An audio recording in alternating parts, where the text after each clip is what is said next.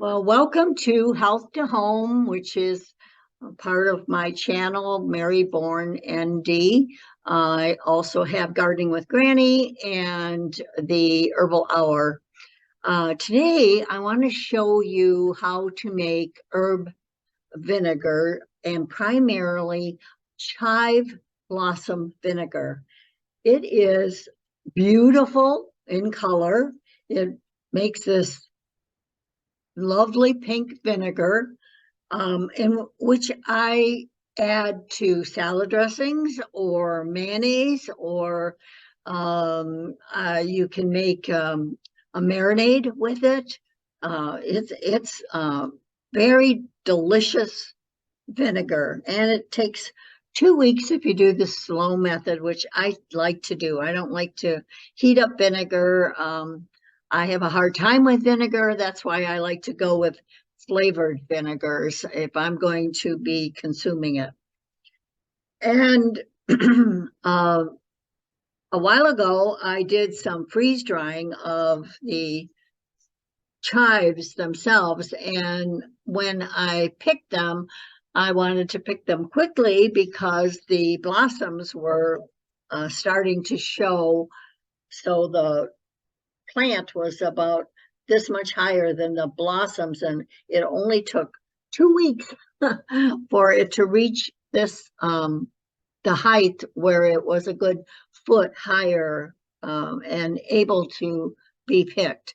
But I like to pick the leaves or the stems or whatever the stalk is called before the bloom comes, because then the energy is going toward creating that leaf. Once the blossoms start to form, then the energy is going toward the blossom. And you want to pick the blossoms when they are full and purple. You don't want to see them going to beige, because then the energy is going back down out of the bloom and going back into the plant. So energy is what it's all about. And when you're doing herbal medicine, you want the energy to where you're picking.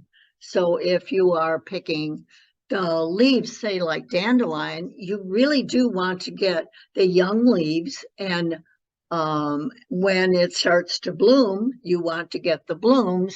And then, of course, when everything dies down, that's when you want to do the root. So that's herbal energetics. So I'm Mary Bourne. I'm a traditional naturopath. I love sharing natural remedies with people. And I believe that health is what you consume, both mentally and physically, and the people you surround yourself with, which is all about the energy.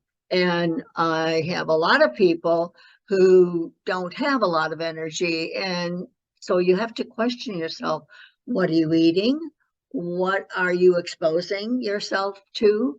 Are there toxins in the air? So these are all things that Health to Home talks about.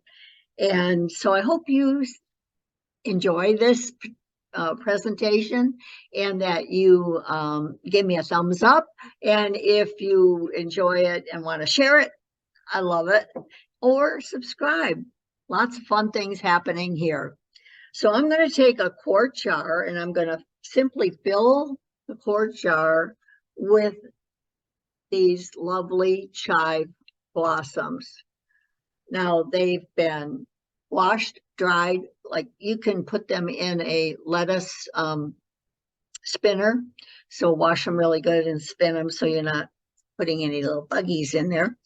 Now, this year I also want to try, these are my sage blossoms. My sage is blooming, and this, I have not noticed it before, that they have both been available at the same time. So I'm going to do a sage and chive blossom vinegar this time. So they're going to get popped into this jar just like the chives.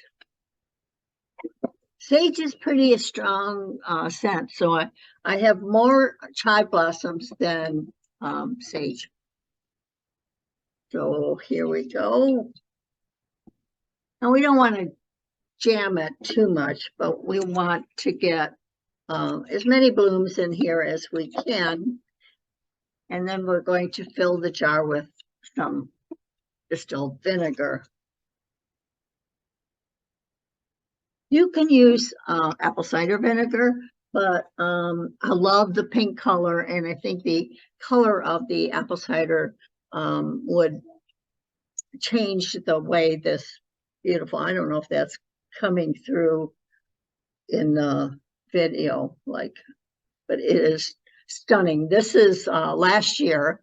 I start them out in the large jar like this, and then I gift them. I usually find these at the dollar store, and they make a lovely gift, and somebody can try it out. And I like to have this in the refrigerator and store my other vinegar in the pantry.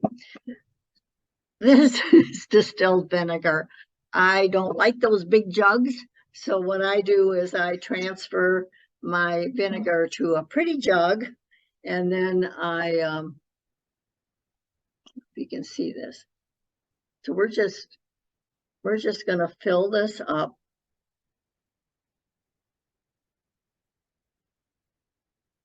And it's going to take pretty much all of the vinegar in this jar.